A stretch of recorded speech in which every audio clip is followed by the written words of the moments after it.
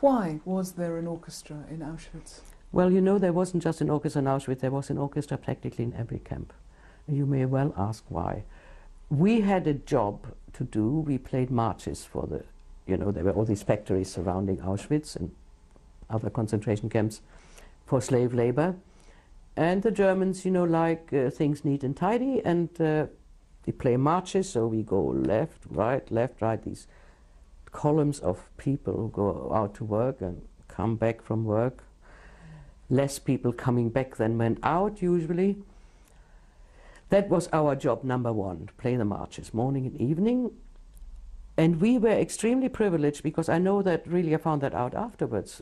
If you compare it with the men's orchestra, for instance, in Birkenau, they had to go out to work during the day. We didn't. We went back to the block and we rehearsed music for the various occasions that they wanted to hear music. Like, for instance, we had to be always prepared for some Germans to come in and ask for something. We played light music, you know, it wasn't very serious music. What sort of things? Selections from operettas. Then there were quite a few singers there, sort of arias from Butterfly and whoever was, Peter Kreuder was the in thing, Zara Leander, you know, these, I suppose, pop songs of the time. I know Alma played Zigeunerweisen. I mean, there was an occasional...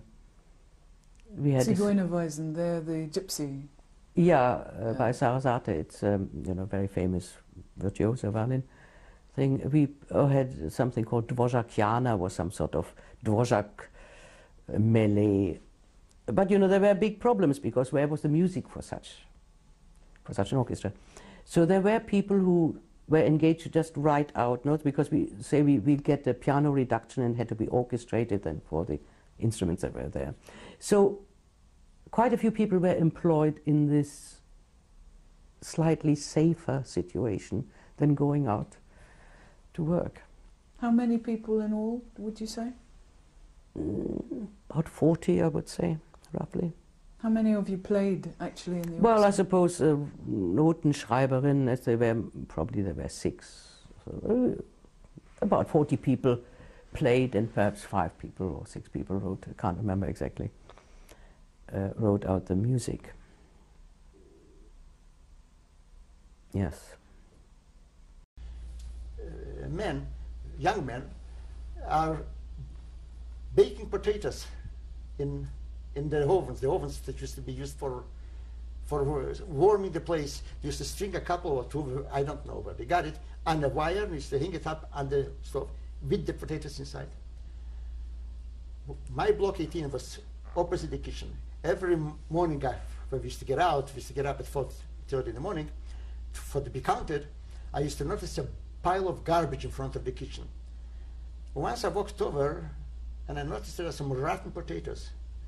And I decided, maybe I can bake those potatoes. So in order for me to get it, I mean, I wasn't permitted to touch it. So I used to get up before the gong, which means before the alarms rang, before we were supposed to get out. And I used to run over and fill up my pockets with rotten, oozing potatoes. By the time I used to get to work, this oozes, it used to run down my pants. And I used to pick up whatever pieces were left. I used to string them on a piece of wire and put them into that oven. They used to burn. I mean, it was nothing, but give me the feeling that I am eating something. A week or 10 days later, the couple passes by and he says, he noticed it. Excerpt sees it. It was only not mine, actually, it was theirs. I was the only Jew in that group, and all fingers pointed at me.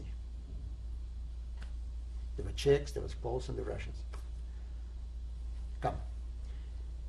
I knew in the factory there were 2 departments, the carpenter shop and the blacksmith, the repair shops. But there was a huge lumber yard. That lumber yard was used to store the lumber for the carpenter shops, but also those that worked there worked for crimes they have committed. It was a penal colony. I didn't know, of course, if I did, it wouldn't help me any either. And he took me out there, and he goes over to the foreman. I see a German with a green triangle. He says, here, hast du noch einen? Here, you got yourself another one. Looks me over, get to work. That was literally a penal colony consisting of some 50 or 60 workers. The job supposedly was to carry in lumber and timber into the carpenter shops, but not just carrying in. To give you an example, we carried, two of us, planks or a log. It was so heavy that I couldn't pick up one end. So there were a man that used to pick it up. I had to put my bony shoulder underneath and carry it. The other one was at the other end, like me. It turned out this foreman, and I will mention his name, Pilarek, was in charge. His job was to deliver 5 or 6, 10% of us dead every day. I didn't realize it. As we go, we weren't the only ones. I see others, and his favorite spot to hit was below your knee. Either you used to break a leg, somebody's leg, the bone, or simply you couldn't stand the pain, and you dropped the plank or log or whatever. Then he used to set himself up on you. He used to hit that person so long until the one collapsed. When one collapsed, he used to roll him over face up, put a stick across his throat, the stick that he used to use for hitting, stand with both feet and that person until he choked to death.